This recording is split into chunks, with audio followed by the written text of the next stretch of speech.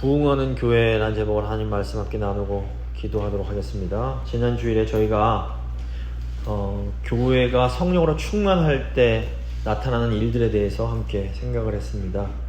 이 성령으로 충만한 교회는 신자들이 한 마음과 한 뜻이 됩니다. 그리고 성령으로 충만한 교회는 서로를 가족처럼 여기게 됩니다. 그리고 성령으로 충만한 교회는 계속해서 이 복음의 진리를 꽉 붙잡습니다. 그리고 이 성령으로 충만한 교회에는 훌륭한 바와 같은 그런 훌륭한 지도자들이 있습니다. 근데 이제 마귀가 성령으로 충만한 교회를 탐욕으로 시험을 합니다. 하지만 하나님께서 그 교회를 지키십니다. 그러므로 저희가 두려워할 필요는 없습니다. 자, 오늘은 이제 성령 충만하여 부흥하는 교회의 특징을 좀 생각해 보도록 하겠습니다. 오늘 본문 말씀 세 부분으로 살펴볼 텐데, 첫 번째 이제 부흥이 일어날 때 나타나는 두 가지 반응, 부흥이 일어날 때 그런 성도들에게 있는 간절한 마음, 그리고 생명의 말씀, 이 세 부분입니다. 첫 번째, 두 가지 반응입니다. 교회가 부흥을 할 때 사람들이 두 종류로 반응을 합니다. 첫 번째 반응은 그 부흥을 굉장히 기뻐하고 환영하는 겁니다. 12절 보시면, 사도들의 손을 통하여 민간의 표적과 기사가 많이 일어나매 믿는 사람이 다 마음을 같이하여 솔로몬 행각에 모이고. 그러니까 사도들을 통해서 놀라운 기적들이 나타납니다. 근데 이 사도들은 교회를 대표하는 사람들입니다. 그러니까 성령이 역사할 때에 이 교회를 통해서 놀라운 기적 같은 그런 회복들이 일어나는 겁니다. 이때 믿음이 있는 사람들은 더 교회로 이렇게 모여듭니다. 그러니까 부흥의 중요한 특징 중 하나가 사람들이 교회로 몰려드는 겁니다. 그러니까 부흥의 때에는 더 많은 사람들이 하나님의 말씀을 듣고 회개하는 일들이 생깁니다. 이 회개란 그 뜻이 뭐냐면 잘못된 삶으로부터 돌이키는 걸 말합니다. 그러니까 사람들이 회개할 때에 어떤 개인뿐 아니라 가정들이 회복이 됩니다. 그리고 이 회개는 더 나아가 사회까지 변화를 시킵니다. 교회 역사 보시면 이 부흥이 일어날 때 많은 사람들이 회개하면서 사회 전체가 변하는 경우가 많습니다. 1907년도에 한국 평양에서 이제 부흥이 일어났습니다. 이 한국교회 부흥은 교회뿐 아니라 한국 사회 전체에 어마어마하게 큰 변화를 가져옵니다. 교회 부흥으로 인해서 한국 사회의 악습으로 평가되던 노름이 사라지고 일부 다처제가 사라지고 조상 숭배가 사라지기 시작했습니다. 아시겠지만 오늘날 미국 사회도 이 성경적 가치에서 너무 많이 멀어져 있습니다. 그래서 이 부흥이 좀 많이 필요합니다. 비성경적인 세속적 사상들과 이런 세속적인 가치관들이 개인의 삶을 무너뜨리고 가정을 망가뜨리고 사회를 이렇게 부식시키고 있습니다. 오늘날 교회 부흥이 너무나 필요합니다. 자, 두 번째, 교회가 부흥이 일어날 때 생기는 두 번째 반응은 이 부흥을 거부하는 겁니다. 13절 보시면, 그 나머지는 감히 그들과 상종하는 사람이 없으나 백성이 칭송하더라. 교회 부흥이 일어날 때에 어떤 사람들은 그걸 거부합니다. 왜 사람들이 교인들과 상종하려고 하지 않았을까요? 그것은 사람들이 변화를 두려워했기 때문입니다. 부흥에 동참하려면 내가 무언가를 포기하고 내가 무언가를 내려놔야 됩니다. 사람들은 본능적으로 자기에게 변해야 할 부분이 있다는 것을 다 압니다. 그런데 그 변화를 마주치기가 싫고 두려울 때가 많습니다. 이 복음서 보시면 우리 예수님께서 사람들을 부르실 때도 똑같이 두 가지 반응이 나타납니다. 어떤 사람들은 적극적으로 예수님을 따라가지만 어떤 사람들은 예수님을 거부합니다. 예수님의 제자들의 경우에는 자기 모든 걸 버려두고 예수님을 따랐습니다. 그런데 이 예수님의 초청을 받아들이지 못하는 사람들도 있었습니다. 대표적인 사람이 예수님을 찾아왔던 부자 청년, 부자 관원입니다. 마가복음 보시면 예수님께서 그 청년을 사랑하십니다. 너무 그 청년이 예뻐 보이신 겁니다.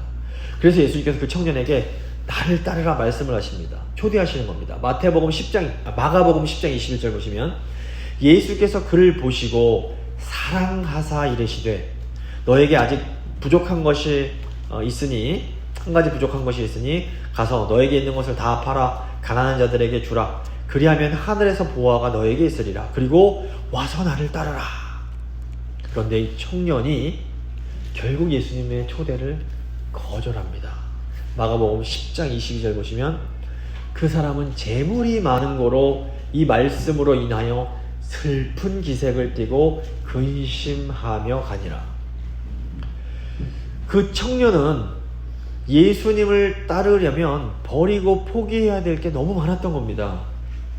가진 게 많은 사람은 예수님을 따라가기가 어렵습니다.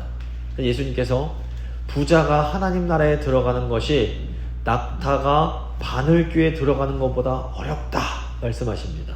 제자들이 깜짝 놀라서 아이고 예수님, 그럼 과연 누가 이 하나님 나라에 들어갈 수 있습니까? 누가 구원받을 수 있습니까? 이렇게 묻습니다. 예수님께서 사람으로는 할 수 없지만 하나님은 하실 수 있다 이렇게 말씀을 하시는 겁니다. 사실 근데 이 하나님 나라에 들어가는 것을 방해하고 막는 게 꼭 돈만 있는 것은 아닙니다. 그러니까 내가 절대로 이것만은 포기하지 못해, 이런 것을 가지고 있는 사람은 모두 이 말씀에 나오는 부자 청년과 똑같습니다.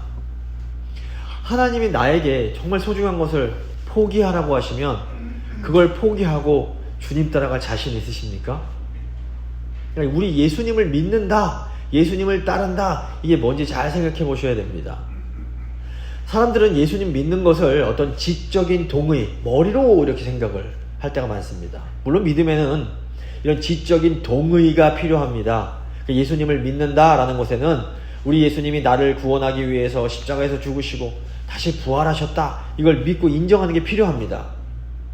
하지만 이런 지적인 동의는 우리 믿음의 시작이지 믿음의 전부는 아닌 겁니다.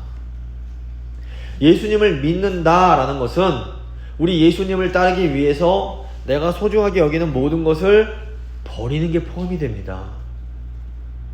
왜 아브라함을 믿음의 조상이라고 부를까요? 그것은 아브라함이 하나님을 믿는다는 게 뭔지를 보여줬기 때문입니다. 하나님이 아브라함 부르실 때 무엇을 요구하십니까? 창세기 12장 1절 보시면 여호와께서 아브라함에게 이르시되 너는 너의 고향과 친척과 아버지의 집을 떠나서 내가 너에게 보여주는 땅으로 가라 말씀하십니다. 하나님께서는 아브라함에게 내가 너에게 복을 줄 테니까 너는 네가 가장 소중하게 여기는 모든 거 다 버리고 나를 따라라 말씀하시는 겁니다. 근데 아브라함이 이 하나님의 약속을 믿고 정말로 모든 걸 다 버리고 하나님께 순종합니다. 하나님을 믿는다라는 것은 모든 것을 버리고 하나님의 말씀을 따라가는 겁니다. 신약 성경 보시면 정말로 모든 걸 버리고 정말 가장 소중한 걸 버리고 예수님을 따른 부자들이 나옵니다. 대표적인 사람이 누가복음 19장에 나오는 삭개오입니다. 삭개오는 키는 작았지만 재산이 엄청 많았습니다. 삭개오가 이 부자가 되기 위해서 악착같이 돈을 벌었을 겁니다. 하지만 삭개오는 예수님을 따르기 위해서 기꺼이 자기 재산을 포기합니다. 또 요한복음 3장에 나오는 니고데모라는 사람은 예수님 따르기 위해서 자기의 이 지식과 명성을 버립니다. 이 사람이 유대교 지도자로서 율법에 대한 대단한 지식이 있었습니다. 오늘 이제 그 산헤드린 공의회가 오늘 본문에 나오는데 이 니고데모가 산헤드린 공의회 회원이었습니다. 정말 높은 사람이었습니다. 이 니고데모가 예수님을 만나기 위해서 기꺼이 자신이 가지고 있던 어떤 지식, 그런 명예력을 버립니다. 니고데모가 예수님을 따랐다는 것을 어떻게 알 수 있을까요? 요한복음 7장 보시면 바리새인들이 모여서 예수님을 잡으려고 합니다. 이때 니고데모가 예수님 편을 듭니다. 그리고 요한복음 19장 보시면 예수님께서 돌아가셨을 때에도 이 니고데모가 예수님을 장사하기 위해서 모략과 침향을 가져옵니다. 또 마가복음 5장, 누가복음 8장에 나오는 이 회당장 야이로가 있습니다. 이 사람은 자신의 명예를 버립니다. 이 당시에 회당장, 이 영어로 시나고그라고 하는 유대인들의 그런 교회 같은 곳인데, 여기 회당장은 마을 사람들에게 굉장히 존경받는 그런 직분이었습니다. 근데 야이로가 자기 딸을 살리기 위해서 예수님 발 앞에 엎드립니다. 이건 이제 그가 유대인들로부터 받던 인정과 명예를 포기하는 행동이었습니다. 또 무엇보다 사도 바울은 예수님을 얻기 위해서 자신이 소중하게 여기던 모든 것을 다 배설물로 여긴다, 이런 말을 합니다. 빌립보서 3장 8절 보시면, 또한 모든 것을 해로 여김은 내 주 그리스도 예수를 아는 지식이 가장 고상하기 때문이라. 내가 그를 위하여 모든 것을 잃어버리고 배설물로 여김은 그리스도를 얻기 위함이다. 사람들이 이렇게 기꺼이 자기의 것을 포기하고 예수님을 따를 수 있다는 것, 이게 진짜 기적입니다. 내가 소중하게 여기던 걸 버리고 예수님을 따르는 것, 이거는 낙타가 바늘귀로 들어가는 것보다 더 어려운 기적인 겁니다. 사실 우리에게도 포기하기 싫은 게 너무 많이 있을 수 있습니다. 하지만 우리는 주님께서 와라 이러시면 내 거 버리고 따라갈 수 있어야 되는 겁니다. 예수님께서 청함 받은 사람은 많지만 택함 받은 사람은 적다, 이런 말씀하십니다. 예수님께서 우리 불러주실 때 우리가 참 믿음으로 주님 따라갈 수 있기를 간절히 바랍니다. 두 번째, 간절한 믿음입니다. 교회 부흥이 일어날 때에 많은 사람들이 예수님께 나옵니다. 그런데 예수님께 나오는 사람들 보면 해결해야 될 문제들을 다 가지고 있었습니다. 14절부터 15절 보시면, 믿고 주께로 나오는 자가 더 많으니 남녀의 큰 무리더라. 심지어 병든 사람을 메고 거리에 나가 침대와 요 위에 누이고 베드로가 지날 때에 혹 그의 그림자라도 누구에게 덮일까 바라고. 그러니까 사람들이, 이 병든 사람들이 베드로의 그림자라도 이렇게 좀 닿기를 바랬던 겁니다. 이거 보시면 야, 이거 너무 미신적인 거 아닌가? 이런 생각 드실 수 있습니다. 그림자를 닿고 싶어 하다니. 근데 이게, 이 행동이 뭘 보여주냐면 그만큼 그들 안에 간절함이 있었던 겁니다. 복음서 보시면 12년 동안 혈루증으로 고생했던 여인의 얘기가 나옵니다.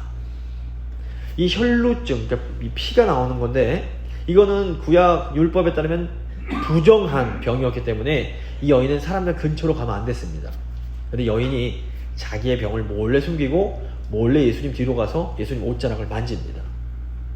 이 여인이 예수님의 옷자락만 만져도 자기가 나을 수 있을 거라 생각을 했던 겁니다. 근데 놀랍게도 여인이 예수님의 옷을 이렇게 탁 만질 때 정말로 예수님의 능력이 그 여인에게로 가는 겁니다. 여인이 고침을 받았습니다. 이게 뭘 의미할까요? 예수님께서 그 여인의 그 간절함을 아시고 응답을 해주신 겁니다.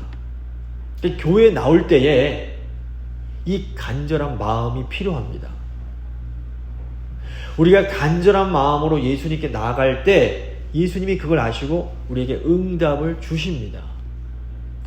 16절 보시면, 예루살렘 부근에 수많은 사람들도 모여 병든 사람과 더러운 귀신에게 괴로움받는 사람을 데리고 와서 다 나음을 얻으니라. 지금 더러운 귀신에게 괴로움을 받는다, 이게 뭘 의미하냐면 인간의 능력으로는 도저히 해결할 수 없는 그런 문제를 가지고 있는 걸 의미합니다.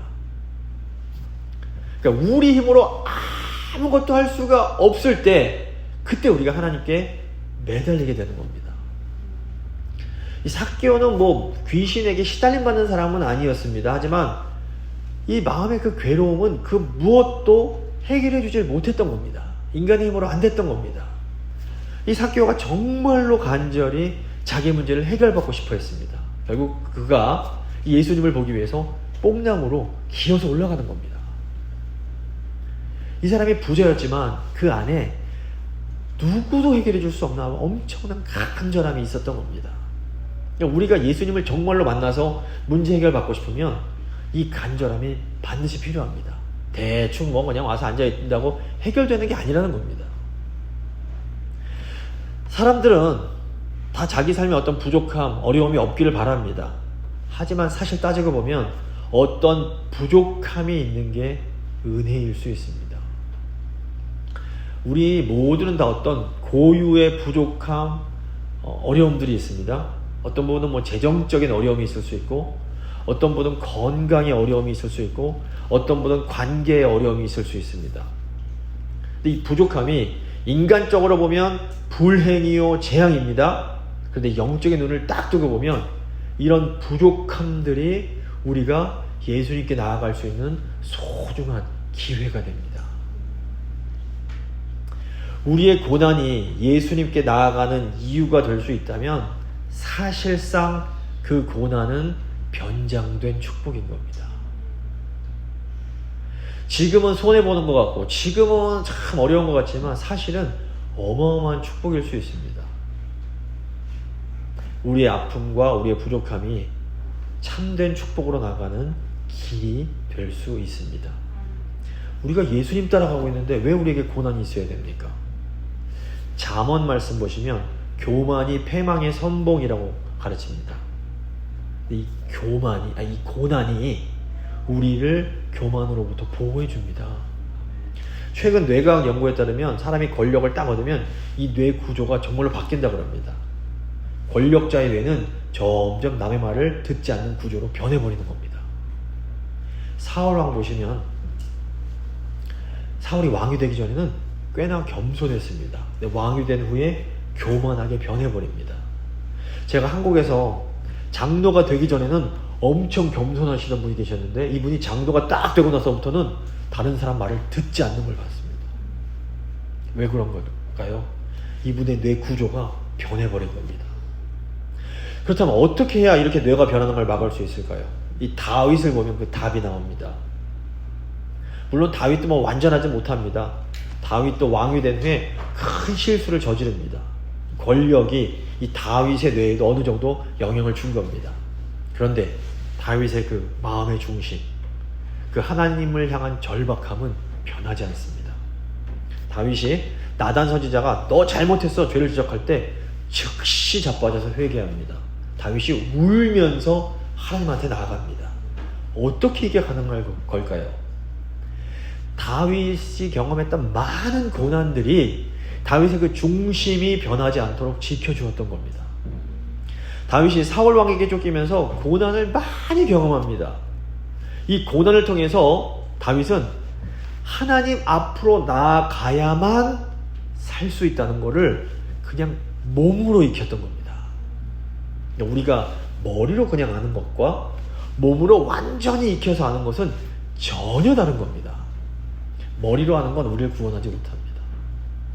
다윗이 시편에서 자기의 경험을 고백을 하는 겁니다. 시편 119편 71편 보시면 고난을 당한 것이 내게 유익이라 내가 이로 말미암아 주의 율례들을 배우게 되었나이다. 몸으로 익혔다라는 겁니다. 하나님이 왜 우리 예수님 따라가는 우리에게 고난을 허락하실까요? 우리를 교만으로부터 보호해 주시기 위함입니다. 고난은 우리가 계속해서 하나님을 향한 간절함을 가질 수 있게 합니다. 하나님 백성에게 오는 고난과 어려움들은 사실은 위장된 축복임을 잊으시면 안 됩니다. 힘들고 어려울 때마다 더 간절한 마음을 가지고 예수님 앞으로 나아가는 우리 모두가 될 수 있길 바랍니다. 마지막으로 생명의 말씀입니다. 교회가 부흥되면 마귀는 반드시 교회를 공격을 합니다. 초대교회가 부흥할 때는 마귀가 유대교 지도자들을 막 격동을 시킵니다. 17절 보시면 대제사장과 그와 함께 있는 사람 즉 사두개인의 당파가 다 마음에 시기가 가득하여 일어나서 사도들을 잡아다가 옥에 가두었더니, 그러니까 유대교 지도자들이 사도들을 잡아서 옥에 가둬버립니다. 그러니까 이건 부흥하는 교회에 지금 어려운 일이 생긴 것을 의미합니다. 그러니까 우리가 하나님 일 하다 보면 여러 가지 어려운 일들이 생깁니다. 특별히 선교나 전도를 하려고 하면 항상 어려움들이 생깁니다. 갈등이 생기고 몸이 아프고 무슨 일들이 터집니다. 이때 우리가 이렇게 기도도 많이 하고 주님의 일을 하는데 왜 이런 어려움이 생기지? 이렇게 이상하게 생각하시면 안 된다라는 겁니다. 도리어 주님의 일을 하는데 아무 어려운 일이 없다? 이게 이상한 겁니다. 하지만 우리가 이런 어려움들을 두려워할 필요는 전혀 없습니다. 하나님께서 천사를 보내서 우리를 도와주시기 때문입니다. 19절 보시면 주의 사자가 밤에 옥문을 열고 끌어내어 이르되, 천사가 와서 옥문을 열고 사도들을 풀어줍니다. 이 천사가 누구였는지 아무도 모릅니다. 이 성경학자들도 이 사람이다 저 사람이다 싸웁니다. 우리가 하나님의 일을 하다가 어려움을 만나게 되면 이때 하나님께서 천사를 보내주십니다. 근데 이 천사가 우리가 영화에서 보는 것처럼 날개 달린 그런 천사가 아닌 겁니다. 이 천사는 우리 교인일 수도 있고 또 우리가 모르는 사람일 수도 있습니다. 또 하나님께서 우리를 다른 사람의 천사로 사용하실 수도 있습니다. 우리는 하나님께서 누구를 통해서 또 어떤 방법으로 우리를 도와주실지 그건 모릅니다. 하나님의 역사하심이란 것은 보통 우리의 상식이나 우리의 통념을 벗어날 때가 굉장히 많습니다. 하나님 우리의 상상을 벗어나는 분이십니다. 근데 중요한 것은 우리가 하나님의 일을 하다가 어려움을 만나면 하나님께서 반드시 우리를 도와주신다라는 겁니다. 하나님은 우리가 생각지도 못하고 또 우리가 이해할 수 없는 방법으로 우리를 도와주십니다. 자, 왜 하나님이 우리를 도와주실까요? 20절 보시면 천사가 이렇게 말합니다. 가서 성전에 서서 이 생명의 말씀을 다 백성에게 말하라 하며, 하나님께서 사도들에게 다시 가서 사람들에게 생명의 말씀을 전하라 말씀하십니다. 지금 사도들이 예수님이 부활하셨다 이 복음 전하다가 옥에 갇힌 겁니다. 그런데 하나님은 옥에서 나가서 또다시 생명의 복음을 전하라고 말씀을 하시는 겁니다. 이것은 복음을 전하는 것이 교회의 가장 중요한 사명이기 때문입니다. 이제 오늘 말씀 21절부터 24절 보시면 유대교 지도자들이 모여서 옥으로 사람을 보내서 이 사도들을 데려오라고 합니다. 근데 감옥에 가보니까 사도들이 이미 옥을 빠져나간 후였습니다. 유대교 지도자들이 어떻게 된 일인지 너무너무 당황을 합니다. 그런데 이 사람들을 더 놀라게 한 일이 있었습니다. 바로 25절 말씀입니다. 사람이 와서 알리되, 보소서 옥에 가두었던 사람들이 성전에 서서 백성을 가르치더이다. 옥에 갇혔다 감옥을 나간 제자들이 또다시 성전에서 복음을 전하고 있는 겁니다. 유대교 지도자들은 복음 전하지 말라고 사도들을 옥에 가뒀습니다. 근데 사도들이 감옥을 나가자마자 또다시 복음을 지금 전하는 겁니다. 이게 뭘 의미할까요? 이 사도들에게는 사람의 말이 아니라 하나님의 뜻을 행하는 것이 중요했습니다. 교회가 존재하는 가장 중요한 목적은 사람들에게 생명의 말씀을 전하는 것입니다. 우리가 생명의 말씀을 전할 때 세상은 우리를 미워하고 핍박할 수 있습니다. 근데 교회의 이 사명은 어려움이 있다고 해서 중단되어서는 안 됩니다. 우리는 계속해서 이 생명의 말씀을 말해야 됩니다. 물론 이 사명이 절대로 쉬운 일은 아닙니다. 무엇보다 우리가 생명의 말씀대로 살아야 됩니다. 생명의 말씀대로 살려면 먼저 자기를 부인하고 하나님께서 맡기신 자기 십자가를 짊어져야 되는 겁니다. 쉬운 일이 아닙니다. 우리가 이 사명을 감당할 때에 마귀는 우리를 공격하고 세상은 우리를 핍박할 겁니다. 하지만 우리는 두려워하지 말고 계속해서 이 생명의 말씀을 증거하는 삶을 살아가야 합니다. 우리 예수님을 따라가는 길은 절대로 쉽고 편안한 길은 아닙니다. 하지만 오직 이 길에만 생명이 있고 참된 평강이 있는 겁니다. 말씀을 마무리 짓도록 하겠습니다. 교회가 부흥할 때에 이 부흥을 기쁘게 환영하는 사람과 거부하는 사람이 있습니다. 근데 참된 믿음은 내가 소중히 여기는 것, 내가 원하는 것을 포기하고 주님을 따라가는 것입니다. 예수님을 따라갈 때는 간절한 마음을 가지고 나아가야 됩니다. 이 고난을 통해서 우리가 이 간절한 마음을 가질 수가 있게 됩니다. 생명의 말씀을 전하는 것, 이것이 교회의 사명입니다. 어려움이 있을지라도 우리는 계속해서 생명의 말씀을 전해야 합니다. 간절한 마음으로 우리 주님께 나아가면서 계속해서 생명의 말씀을 전하는 우리 모두가 될 수 있기를 간절히 바랍니다.